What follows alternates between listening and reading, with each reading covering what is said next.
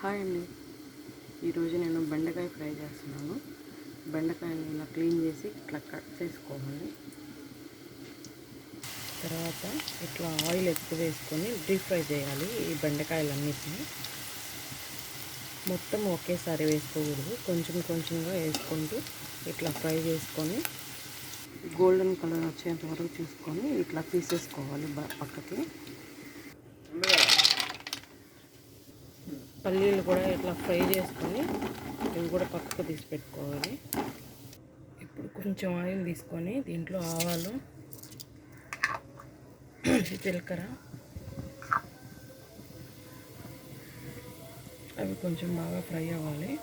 ఇందులో తెల్లగడ్డ, కరివేపాకు అవి బాగా ఫ్రై అయ్యాయి. ఇప్పుడు ఇవి వేసేద్దాం.